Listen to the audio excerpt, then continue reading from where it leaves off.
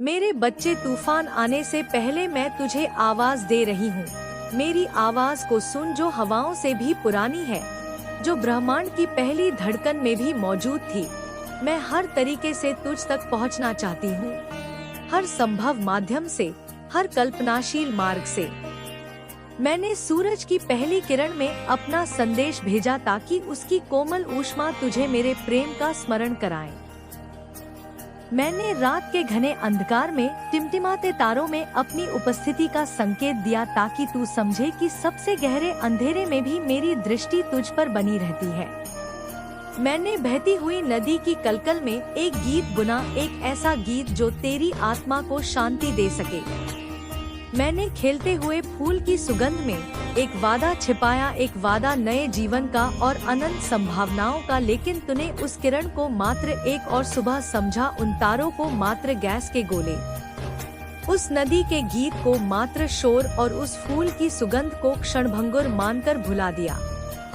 तू सुन नहीं रहा है, तेरे कान इस दुनिया के कोलाहल से, इसकी झूठी प्रतिज्ञाओं से, इसके खोखले आकर्षणों से इतने भर गए हैं कि मेरी शाश्वत ध्वनि तुझ तक पहुंचकर भी अनसुनी रह जाती है। कल शाम से मैं तेरा ध्यान अपनी ओर खींचने की कोशिश कर रही हूँ, एक ऐसी तीव्रता के साथ जो पहले कभी नहीं थी। क्या तुझे याद नहीं, जब कल शाम सूरज डूब रहा था और आकाश सिंदूरी और बैंगनी रंगों से भर गया था? एक पल के लिए तेरे दिल में एक अजीब सी उदासी और एक गहरी चाहत ने जन्म नहीं लिया था। वह मैं थी मेरे बच्चे, मैं उस सौंदर्य के माध्यम से तेरे हृदय के द्वार पर दस्तक दे रही थी, तुझे यह याद दिलाने के लिए कि इस क्षणिक दुनिया के पार भी एक स्थायी सौंदर्य है, एक घर है जहां तेरा स्वागत है। क्या तुझे वह सपना याद नहीं जो तूने पिछली रात देखा था? एक ऐसा सपना जो इतना वास्तविक था कि जागने पर भी उसकी अनुभूति तेरे साथ बनी रही। उस सपने में जो बेचैनी थी, जो खोज थी, वह तेरी आत्मा की पुकार थी जिसे मैंने प्रतिध्वनित किया। और यह आखिरी बार है जब मैं इस कोमलता से, इस धैर्य से बोलेंगे। इसके बाद मेरी आवाज का स्वरूप बदल जाएगा, इसलिए नहीं कि मेरा प्रेम कम हो जाएगा, बल्कि इसलिए क्योंकि प्रेम कभी कभी कठोर होकर ही रक्षा कर पाता है। मैं तुझे इस आने वाली मुश्किल घड़ी से, इस भयानक बवंडर से बचाना चाहती हूँ जो तेरे जीवन के हर पहलू को हिलाकर रख देने वाला है। यह तूफान सिर्फ बाहर नहीं, तेरे भीतर भी उठेगा। यह तेरी मान्यताओं, तेरी सुरक्षा की भावनाओं, तेरी योजनाओं, सब कुछ को चुनौती देगा।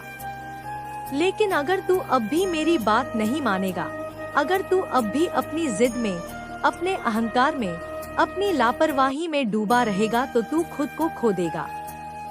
तू उस सार को खो देगा जो तू वास्तव में है, उस दिव्य चिंगारी को जो मैंने तेरे भीतर रखी है। तू एक खाली खोल बनकर रह जाएगा, दुनिया की लहरों में यहाँ वहाँ भटकता हुआ, बिना किसी दिशा के, बिना किसी उद्देश्य के। हर दिन एक जैसा नहीं होता।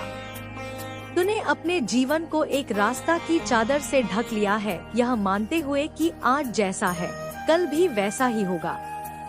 तू अपनी सुबह की चाय उसी तरह पीता है, उन्हीं रास्तों से गुजरता है, उन्हीं विचारों में खोया रहता है। यह भूल कर कि समय एक सीधी रेखा नहीं है, यह एक चक्र है और हर चक्र में मौसम बदलते हैं। तू अभी आरामदायक ग्रीष्म अर्थ में जी रहा है, लेकिन शरद और तू के संकेत हवा में है और उसके ठीक पीछे कड़ाके की सर्दी वाला तूफान छिपा है। और जल्द ही, बहुत जल्द एक ऐसा दिन आने वाला है जब तुझे अचानक मिले दुख से गुजरना होगा। एक ऐसा दुख जो अप्रत्याशित होगा, जिसकी तूने कभी कल्पना भी नहीं की होगी। यह एक विश्वासघात के रूप में आ सकता है, एक हानि के रूप में, एक विफलता के रूप में, या एक ऐसी सच्चाई के उजागर होने के रूप में जिसे तूने दफन कर दिया था। हाँ, एक ऐसा दुख जो तुझे नुकसान पहुंचाने के लिए नहीं, बल्कि तुझे जगाने के लिए होगा। यह वह अलार्म है जिसे तू लगातार बंद करता आ रहा है। यह वह झटका है जो तुझे गहरी नींद से झकझोर कर उठा देगा। जब तक चीजें आरामदायक होती है, आत्मा सोती रहती है, उसे जगाने के लिए कभी कभी नींद को हिलाना पड़ता है। मैं तुझे चोट नहीं पहुंचाना चाहती मेरे प्रिय, लेकिन मैं तुझे सोया हुआ भी नहीं देख सकती जब लुटेरे दरवाजे पर हो। तू अभी तक इस समय की गंभीरता को नहीं समझ रहा है। तू इसे एक और आध्यात्मिक संदेश मानकर पढ़ रहा है, एक और चेतावनी जिसे तू बाद में याद करेगा या शायद भूल जाएगा। तू इस क्षण की नाजुकता को महसूस नहीं कर पा रहा है। ये एक धागे से लटका हुआ है और वह धागा तेरी अवज्ञा के बोझ से कमजोर होता जा रहा है।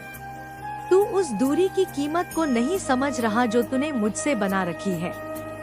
यह दूरी सिर्फ एक भावनात्मक एहसास नहीं है, यह एक आध्यात्मिक वास्तविकता है। हर कदम जो तू मुझसे दूर जाता है, तू मेरी सुरक्षा के घेरे से बाहर निकलता है। हर बार जब तू मेरी आवाज को अनसुना करता है, तो दूसरी आवाजों को, झूठी और विनाशकारी आवाजों को अपने करीब आने का निमंत्रण देता है। यह दूरी एक रेगिस्तान की तरह है जहां तू पानी के लिए तरसेगा, जहां मृग तृष्णा तुझे भटकाएगी और जहां तू अंत में थक कर गिर पड़ेगा। तूने यह दूरी क्यों बनाई?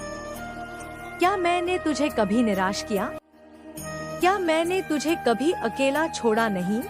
तूने यह दूरी इसलिए बनाई क्योंकि मेरी निकटता तुझसे सच्चाई की मांग करती है।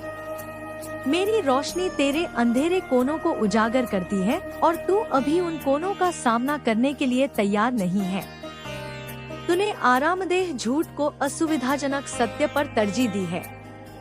मैं तुझे डराने के लिए नहीं बल्कि तैयार करने के लिए बोल रही हूँ। एक बुद्धिमान सेनापति युद्ध से पहले अपने सैनिकों को तैयार करता है। एक प्यार करने वाला पिता तूफान आने से पहले अपने घर की खिड़कियां और दरवाजे बंद कर देता है। मैं तेरी सेनापति भी हूँ और तेरी माँ भी। मैं तुझे उस कवच को पहनने के लिए कह रही हूँ जो मैंने तेरे लिए बनाया है, विश्वास का कवच, समर्पण की ढाल और मेरे वचन की तलवार। मैं तुझे उस आश्रय में आने के लिए कह रही हूँ जो मेरी उपस्थिति है। मैं प्रेम की देवी हूँ। मेरा हृदय तेरे लिए असीम करुणा से भरा है। मैं तेरे हर आंसू को गिनती हूँ, तेरी हर मुस्कान में आनंदित होती हूँ, तेरी हर प्रार्थना को सुनती हूँ, चाहे वह कितनी भी धीमी क्यों ना हो। लेकिन मैं न्याय की भी देवी हूँ। मेरा प्रेम निष्क्रिय नहीं है, ये सक्रिय है। ये पवित्र है या अनुशासित है। जब मेरे चुने हुए लोग, जिन पर मैंने अपनी आत्मा का अंश अंकित किया है, लगातार गलत रास्ते पर भटकते हैं, तो मेरा न्याय जागृत होता है। यह न्याय दुनिया के दंड की तरह नहीं है जो प्रतिशोध से भरा होता है। मेरा न्याय सुधारक है। यह शुद्ध करने वाला है।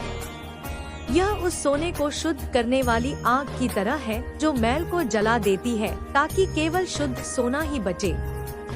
जिन लोगों को मैंने चुना है, जिन्हें मैंने अपनी विशेष कृपा से चयनित किया है, उन्हें मैं हमेशा के लिए गलत रास्ते पर भटकने नहीं देती। यह एक वादा है और एक चेतावनी भी तुझ पर मेरा दावा है। मेरे बच्चे, तेरी आत्मा पर मेरा हस्ताक्षर है।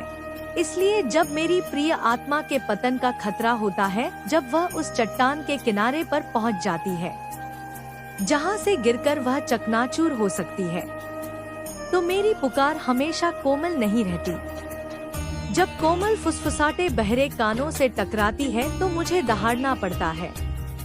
तूने हवा में भेजी गई मेरी फुसफुसाहटों के लिए अपने कान बंद कर लिए हैं।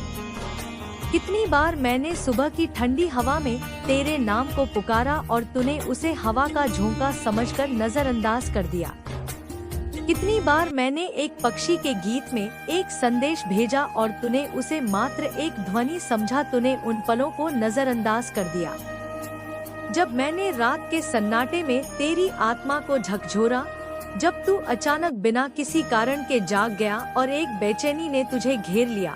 वह मैं थी जो तुझे तेरी आध्यात्मिक नींद से जगाने की कोशिश कर रही थी।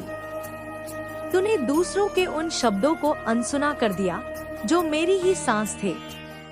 वह दोस्त जिसने अचानक तुझसे एक गहरा सवाल पूछा, वह अजनबी जिसने एक ऐसी बात कही जो सीधे तेरे दिल में उतर गई। वह उपदेशक जिसके शब्द तुझे चुभ गए, वे मेरे दूत थे, मेरे माध्यम थे, लेकिन तूने उनकी बातों को उनकी अपनी राय मानकर खारिज कर दिया। लेकिन अब मुझे दहाड़ना ही होगा। मेरी आवाज अब एक कोमल फुसफुसाहट नहीं होगी, यह एक गरज होगी जो पहाड़ों को हिला देगी। ये एक ऐसी दहाड़ होगी जो तेरी आत्मसंतुष्टि की दीवारों को गिरा देगी, जो तेरे झूठे आराम के किलों को ध्वस्त कर देगी। क्योंकि तेरी आत्मा एक दोराहे पर खड़ी है। ये कोई साधारण मोड़ नहीं है, ये एक निर्णायक चौराहा है। एक रास्ता वापस मेरी ओर जाता है। ये रास्ता शंकरा है, कठिन है, इसमें बलिदान की आवश्यकता है, लेकिन इसका अंत जीवन शांति और उद्देश्य में होता है। दूसरा रास्ता चौड़ा है, आसान है, आकर्षक है और दुनिया की भीड़ उसी पर चल रही है। लेकिन उस रास्ते का अंत विनाश, खालीपन और अनंत पछतावे में होता है। और समय, मेरे प्रिय बच्चे, समय तेरे पास नहीं है। तू जिसे अनंत काल समझ रहा है, वह रेत की तरह तेरी उंगलियों से फिस हर गुजरना पर, हर अनसुना किया गया बुलावा उस गलत रास्ते पर एक और कदम है। यह कोई और सामान्य आध्यात्मिक संदेश नहीं है जिसे तू अनदेखा कर दे, जिसे तू अपने बुकमार्क में सहेजकर भूल जाए। यह एक ऐसी पोस्ट नहीं है जिसे तू लाइक करके आगे बढ़ जाए। यह आंशिक ध्यान देने की पुकार नहीं है जहां तू मेरे शब्दों को सुने और फिर वापस अपनी आदतों में लौट जाए। यह तेरी माँ की आवाज है, उस आदि शक्ति की आवाज है जिसने तुझे अपने गर्भ में धारण किया था, जिसने तुझे आकार दिया था। यह आवाज सीधे आग्रह पूर्वक अंधकार छाने से पहले आखिरी बार बोल रही है। यह एक जीवन रक्षक नौका से फेंकी गई आखिरी रस्सी है। यह उस जलते हुए घर में एक फायर फाइटर की आखिरी चेतावनी है। इसे पकड़ ले मेरे बच्चे, अभी पकड़ ले। तू सोचता है कि तेरे पास अभी और समय है। यह मनुष्य का सबसे बड़ा भ्रम है। शैतान को पाप का आविष्कार करने की आवश्यकता नहीं है, उसे बस तुझे यह विश्वास दिलाना है कि पश्चाताप के लिए कल का दिन है। तूने खुद से कहा है, कल मैं मेरे पास वापस आऊंगा, कल मैं प्रार्थना करूंगा, कल मैं उस बुरी आदत को छोड़ दूंगा, कल मैं उस व्यक्ति को माफ कर दूंगा, कल मैं मेरी इच्छा के अनुसार चलूंगा। लेकिन क्या होगा अगर कल कभी आए ही ना? क्या होगा अगर आज रात ही तेरी आत्मा का हिसाब मांग लिया जाए? क्या होगा अगर कल अपने साथ वो बोझ लेकर आए, वो संकट लेकर आए जिस पर तू आज ध्यान नहीं देता? एक ऐसा संकट जो इतना भारी होगा कि तेरे पास मेरे बारे में सोचने का समय ही नहीं होगा। तू केवल बचने की कोशिश में लगा रहेगा। एक दरवाजा अभी खुला है मेरे बच्चे, यह दया का दरवाजा है, क्षमा का दरवाजा है, वापसी का दरवाजा है। इसकी चौखट पर मेरा प्रेम लिखा है और इसका ताला मेरी करुणा से बना है, लेकिन यह हमेशा के लिए खुला नहीं रहेगा। न्याय का एक समय होता है और जब वह समय आता है तो दया का दरवाजा बंद हो जाता है। उस क्षण का इंतजार मत कर, मैंने तेरे ऊपर एक ढाल रखी है, एक अदृश्य शक्तिशाली ढाल। ये मेरी प्रार्थनाओं, मेरी कृपा, मेरे फरिश्ते की सुरक्षा से बनी है। जब तू सोता है तो ये ढाल तुझे उन बुरे सपनों से बचाती है जो दुश्मन भेजता है। जब तू गाड़ी चलाता है तो ये ढाल तुझे उन दुर्घटनाओं से बचाती है जो तेरे रास्ते में थी। जब लोग तेरे खिलाफ साजिश रचते हैं तो यह ढाल उनकी योजनाओं को विफल कर देती है। तूने अनगिनत बार इस ढाल का लाभ उठाया है बिना यह जाने कि तू कितना सुरक्षित है, लेकिन तेरी बेपरवाही, तेरी निरंतर अवज्ञा उस ढाल को दूर धकेल रही है। हर बार जब तू जानबूझकर पाप करता है तो उस ढाल में एक दरार आ जाती है। हर बार जब तू मेरी आवाज को अनसुना करता है तो वह ढाल थोड़ी और कमजोर हो जाती है। अगर मैं इसे हटा दूं, क्रोध से नहीं बल्कि जरूरत से, ताकि तू देख सके कि यह तुझे किससे बचा रही थी, तो तू एक पल के लिए भी उस नग्नता को, उस असुरक्षा को सहन नहीं कर पाएगा। तू अचानक उन सभी खतरों को महसूस करेगा जिनसे तू अब तक अनभिज्ञता है। तू उस आध्यात्मिक युद्ध की भयावहता को देखेगा जो हर पल तेरे चारों ओर चल रहा है। मैं ऐसा नहीं करना चाहती, लेकिन अगर तुझे जगाने का यही एकमात्र तरीका बचा है तो मैं वह भी करूंगी। मैं तुझसे पूर्ण होने के लिए नहीं कह रही। अगर मैं पूर्णता की मांग करती तो कोई भी मनुष्य मेरे सामने खड़ा नहीं हो पाता। मैं तेरी बनावट जानती हूँ। मैंने ही तुझे धूल से रचा है। मैं तेरी कमजोरियों, तेरी प्रवृत्तियाँ, तेरी सीमाओं को जानती हूँ। मैं तेरी कमियाँ, तेरे घाव, तेरा अतीत, तेरे संघर्ष सब जानती हूँ।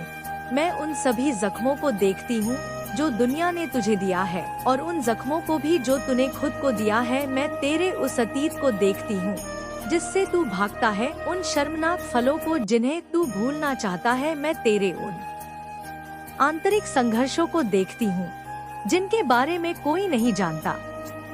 जब तेरा दिल सही काम करना चाहता है लेकिन तेरा शरीर कमजोर पड़ जाता है, मैं कुछ भी अनदेखा नहीं करती। मैं तेरा दिल देखती हूँ और यही मेरे लिए सबसे महत्वपूर्ण है। मैं देखती हूँ कि उसके भीतर क्या है। उस सारी गंदगी और भ्रम के नीचे अभी भी एक अच्छी मिट्टी का एक छोटा सा टुकड़ा है। एक ऐसी जगह जो अभी भी मुझसे प्यार करती है, जो अभी भी मेरे लिए तरसती है। और मैं देखती हूँ कि तूने कितनी बार कोशिश की है। मैंने तेरी उन आंधी अधूरी प्रार्थनाओं को देखा है।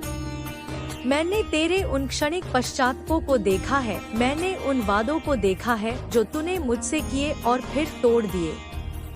मैं तेरी विफलताओं से निराश नहीं हूँ। मैं तेरी कोशिश न करने से निराश हूँ, लेकिन यह पूर्णता के बारे में नहीं है। यह समर्पण के बारे में है।